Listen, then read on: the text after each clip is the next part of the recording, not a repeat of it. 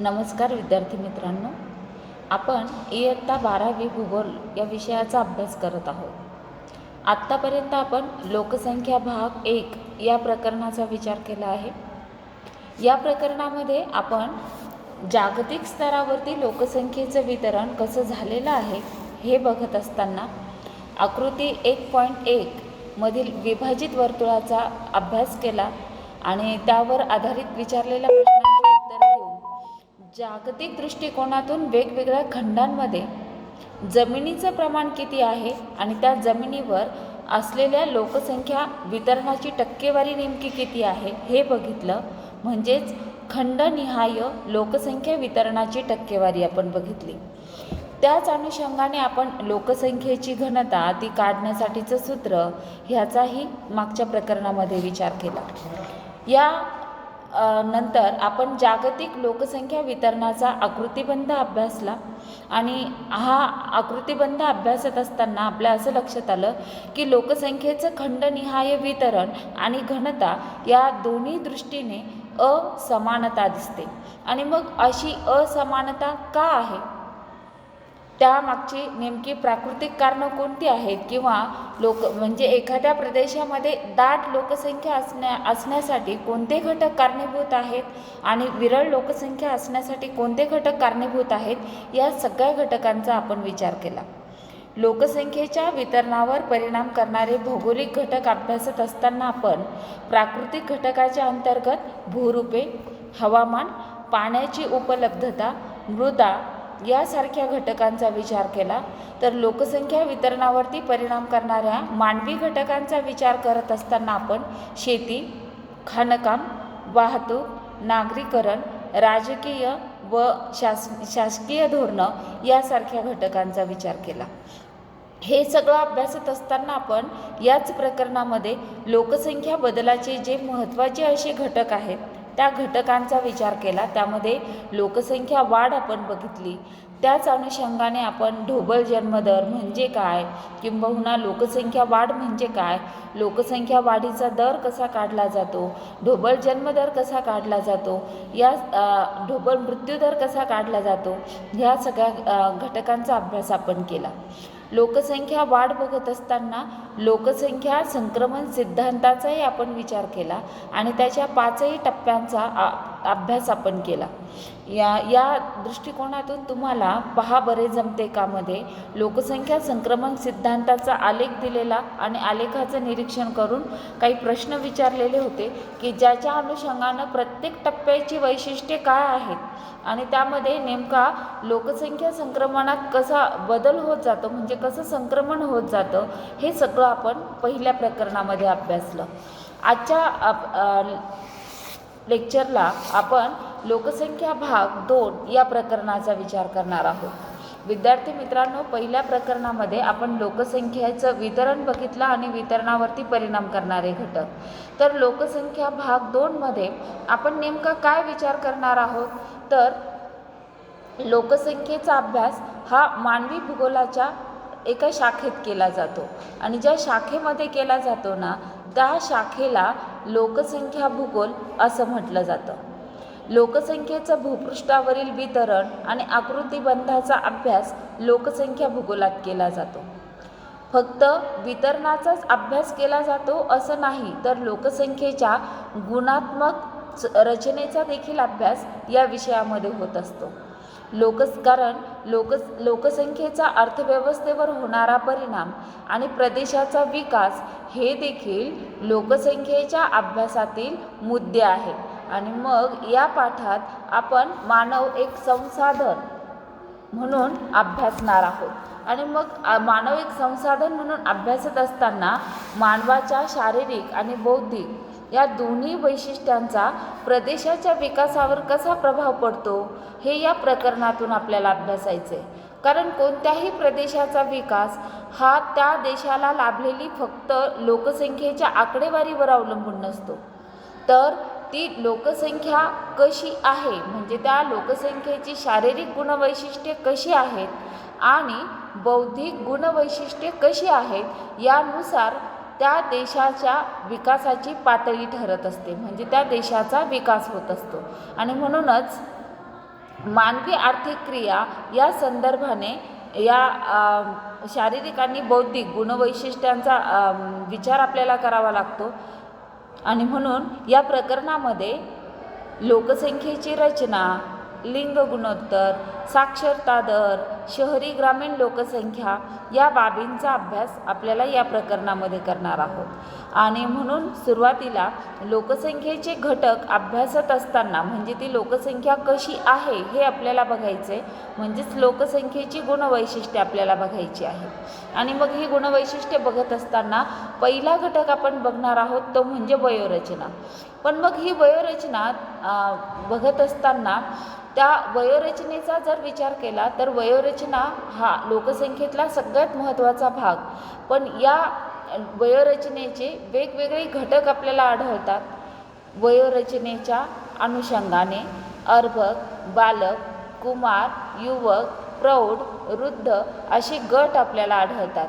आणि या गटांचा विचार जर केला तर तुम्हाला ते चांगलं समजावं, म्हणजे वयोरचना हा भाग बघताना फक्त स्त्री पुरुषांची वयोरचना असं आपण ढुबळमानाने म्हणणार नाही आहे, तर त्यात अर्भक, बालक, कुमार, युवक, प्रौढ, वृद्ध या सगळ्या वयोगटाचा हिस्सा असतो. आणि हा जो काही हिस्सा आहे हा वाटा देशानुसार बदलत असतो, कारण प्रत्येक वयोगटातील लोकसंख्या प्रत्येक देशामध्ये वेगवेगळी आहे.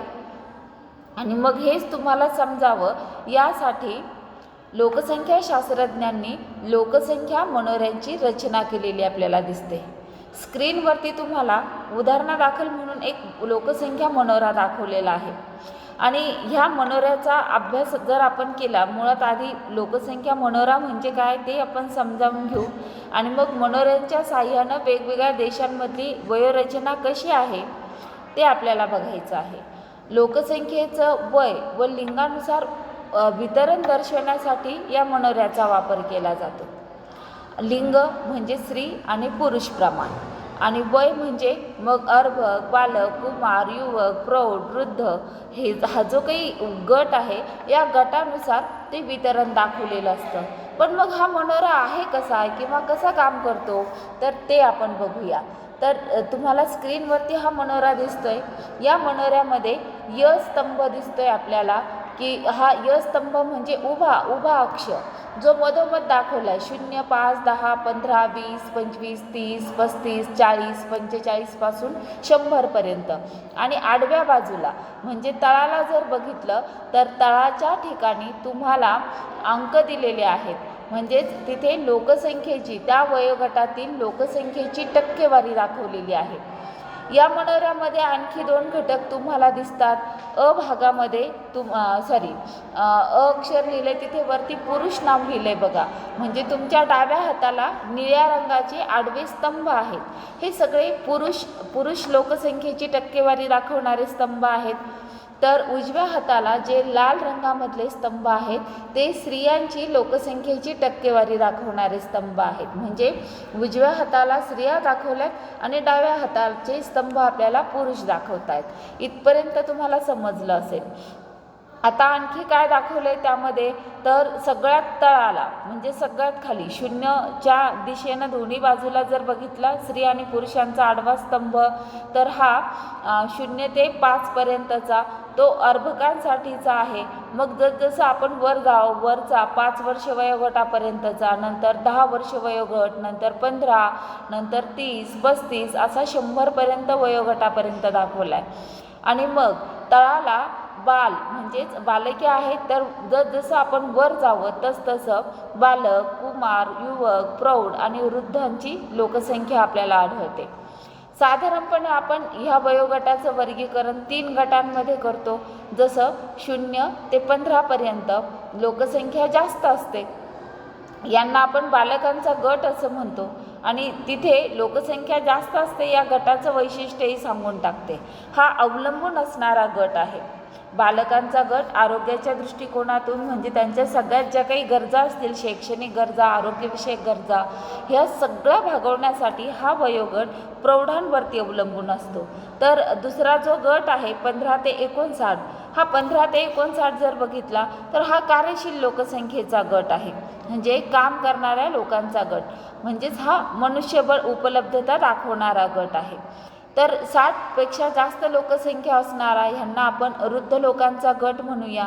आणि ह्याही गटाच्या वैद्यकीय किंवा आरोग्यविषयक ज्या काही गरजा आहेत, ह्या गरजा भागवण्याची जबाबदारी या पुन्हा प्रौढ गटावरती म्हणजे 15 ते 59 या वयोगटावरती आहे.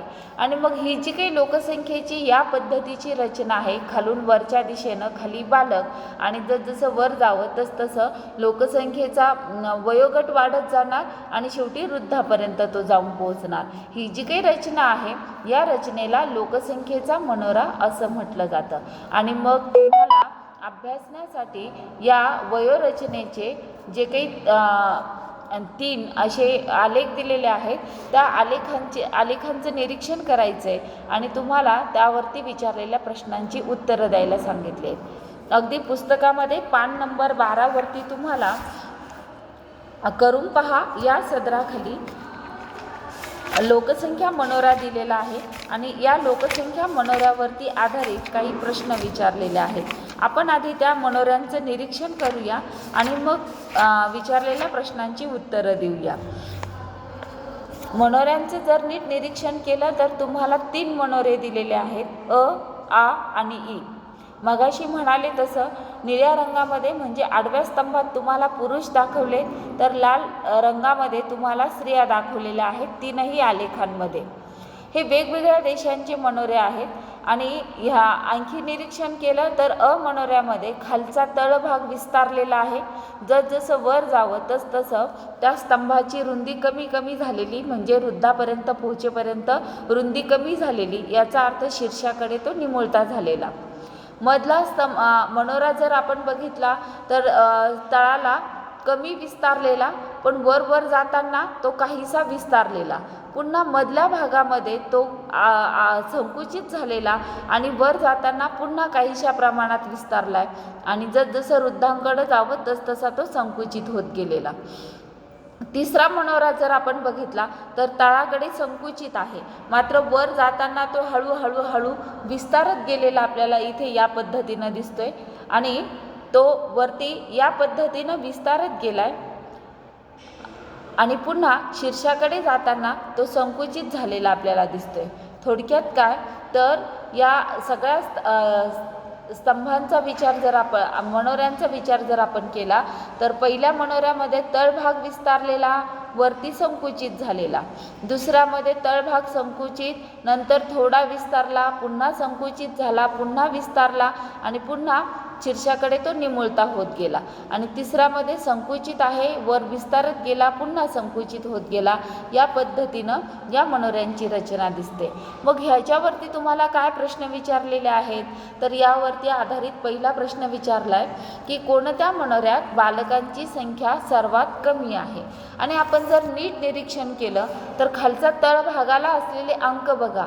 प्रत्येक आलेखामध्ये हे अंक सारखे नाहीत. जसं पहिल्या आलेखामध्ये टक्केवारी दिली, 0 पासून पहिली रेष आहे 0.8 पर्यंत, नंतर नंतर दुसऱ्या सेंटीमीटरला आहे 1.6. तसं दुसऱ्या आलेखात काय आहे, 0 पासून पहिली सेंटीमीटरवरती 3 टक्केवारी दाखवली आहे, नंतर 6 आहे, नंतर 12 आहे, नंतर 15 आहे. त्याच्यानंतर ईमध्ये काय दाखवलं, 0, त्यानंतर 0.4, 0.8, 1.2, 1.6 आणि 2. मग ह्या 3ही तळांचा जर विचार केला, बालक कुठे आहेत तर तळभागाला आहेत. आणि मग या 3ही मनोऱ्यांमध्ये बालकांची संख्या सर्वात कमी कुठे आढळते तर ई मनोऱ्यामध्ये आढळते. ह्यानंतर दुसरा प्रश्न तुम्हाला विचारला आहे, कोणत्या मनोऱ्यात वृद्धांची संख्या सर्वात कमी आहे. मग कोणत्या मनोऱ्यात आपल्याला वृद्धांची संख्या सर्वात कमी आढळते तर 3 मनोऱ्यांचं निरीक्षण केलं तर त्यापैकी अ मनोरा म्हणजे सगळ्यात पहिला जो मनोरा आहे, या मनोऱ्यामध्ये वृद्धांची संख्या आपल्याला सगळ्यात कमी आढळते. पुढचा प्रश्न विचारला आहे, कोणता मनोरा युवा राष्ट्राचे प्रतिनिधित्व करतो, म्हणजेच तरुणांची संख्या कोणत्या मनोऱ्यामध्ये जास्त आहे. आणि आपण 3ही मनोऱ्यांची जर तुलना केली ना तर सगळ्यात जास्त प्रमाण म्हणजे सगळ्यात जास्त कुठे विस्तारलेला दिसतो तर तो अ मनोऱ्यामध्ये दिसतो. म्हणून प्रश्नाचं उत्तर आहे अ मनोरा युवा राष्ट्राचं प्रतिनिधित्व करतो. पुढचा प्रश्न विचारलाय, कोणता मनोरा वैद्यकीय खर्च जास्त असणाऱ्या राष्ट्रांचे प्रतिनिधित्व करतो? ह्या प्रश्नाचं उत्तर जर बघायचं ठरवलं तर जिथे आपल्याला वृद्धांचं प्रमाण जास्त आढळेल, ज्या मनोऱ्यामध्ये वृद्धांचं प्रमाण आपल्याला जास्त आढळेल तो मनोरा आपल्याला म्हणता येईल की वैद्यकीय खर्च जास्त असणाऱ्या राष्ट्राचं प्रतिनिधित्व करणारा. आणि मग वृद्धांचं प्रमाण आपल्याला जास्त कुठे आढळतं? आपण जर नीट बारकाईने निरीक्षण केलं तर अ मध्ये शीर्षाकडे निमुळता झालेला, आ मध्ये तो शीर्षाकडे बऱ्यापैकी आकडेवारी दाखवतोय, कारण तिकडे 0, त्यानंतर 3, 6 अशी टक्केवारी आहे. आणि तिसरा मध्ये म्हणजे ई मनोऱ्यामध्ये जरी ते प्रमाण जास्त असलं तरी खरं तर तिथे आकडेवारी टक्केवारी कमी आहे, 0.4, 0.8 या पद्धतीनं. म्हणून उत्तर काय आहे आपलं? तर आ मनोरा वृद्धांचं प्रमाण जास्त असणारा, म्हणजेच वृद्ध वैद्यकीय खर्च जास्त असणाऱ्या राष्ट्रांचं प्रतिनिधित्व करणारा मनोरा म्हणून आपल्याला सांगता येईल. त्यानंतर 5वा प्रश्न आहे, विपुल मनुष्यबळ असलेल्या राष्ट्राचं प्रतिनिधित्व कोणता मनोरा करतो? तर विपुल मनुष्यबळ म्हणजेच कार्यरत लोकसंख्या जास्त असणारा गट कुठे दिसतोय आपल्याला जास्त? तर तिसरा जो काही मनोरा आहे ई मनोरा, मधल्या भागामध्ये तो फुगलेला आहे आणि मधल्या भागामध्ये तो फुगलेला आहे, म्हणून ई मनोरा विपुल मनुष्यबळ असलेल्या राष्ट्राचं प्रतिनिधित्व करतो. आणि शेवटचा प्रश्न विचारलाय, कोणते मनोरे विकसनशील व विकसित राष्ट्रांचे प्रतिनिधित्व करतात ते सांगा. मग कोणते मनोरे करतात? तर आपण नीट निरीक्षण जर केलं तर अ मनोरा, अ म्हणजे पहिला मनोरा विकसनशील राष्ट्राचे प्रतिनिधित्व करतो, म्हणजे जिथे बालकांची संख्या जास्त असते, जन्मदर जास्त, हा झाला विकसनशील. तर जिथे जन्मदराचं प्रमाण कमी त्याला म्हणायचं विकसित राष्ट्र. मग हे बालकांचं प्रमाण कुठे कमी आढळतं जन्मदराचं प्रमाण? तर ते विकसित राष्ट्रांमध्ये. आणि आपल्या मनोऱ्यांचा विचार जर केला तर ई मनोऱ्यामध्ये. म्हणून अ मनोरा विकसनशील राष्ट्राचं प्रतिनिधित्व करतो, तर ई मनोरा विकसित राष्ट्राचं प्रतिनिधित्व करतो असं आपल्याला म्हणता येईल. इथे आपण लोकसंख्या मनोऱ्यावरनं वयोरचनेचा विचार करत आहोत आणि 3 मनोऱ्यांचा विचार आपण केला आणि त्यावरनं साधारणपणे विकसित राष्ट्र, विकसनशील राष्ट्र यासाठी कसा लोकसंख्येचा मनोरा तयार होतो ते आपण जाणून घेतलं. बाकीचा भाग आपण पुढच्या लेक्चरला घेऊया. तोपर्यंत धन्यवाद.